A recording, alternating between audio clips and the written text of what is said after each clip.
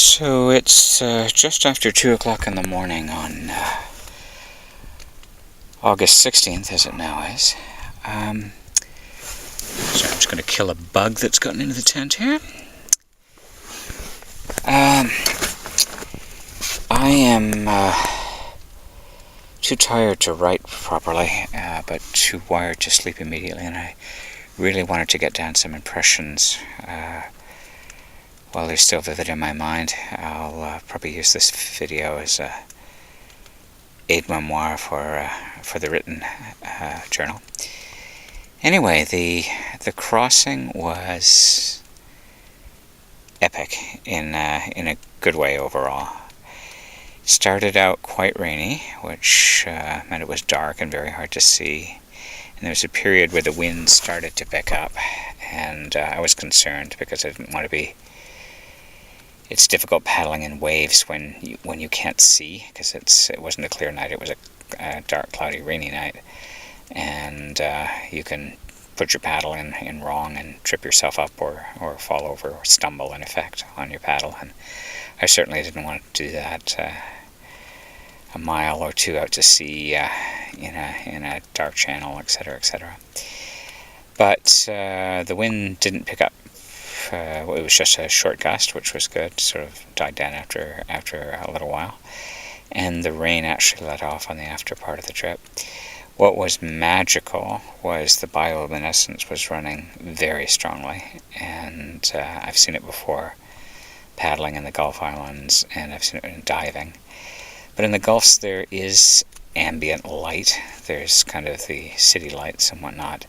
Out here the only lights there were the lights from a tug that was coming down the channel and the flashing light of a navigation marker. I'm going to look up the name of it in the morning, but it was really reassuring to have because it gave me an angle to do my bearing on.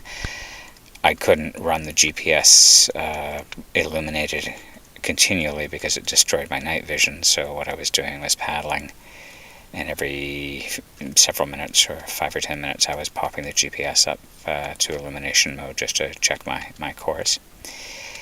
And anyway, the bioluminescence was fantastic. Each of my paddle strokes created these little galaxies of stars that whirled off into the water behind me, and I could see minnows darting under the surface, and sometimes schools of bigger fish would come by and look like rockets or comets underneath my boat. And when my bow was hitting the waves at the right angle, the wake off my bow was being illuminated as well, and it was just very cool. I landed at this alleged camping spot at about 10 to 1, and if the note in my GPS says that it's beach camping, but I've been looking at the seaweed, and at least with the current height of the tides, there's no safe place for a tent on the beach. So I'm actually set up on this lumpy, bumpy rock ledge, which I'll probably photograph in the morning when the light is good. It has taken me jamming just about everything I own under the air mat. My tarps and clothing I'm not using, and towels and spray skirts and whatever else, to sort of fill out the gaps in the canyons and the crevices in this on the top of this rock ledge.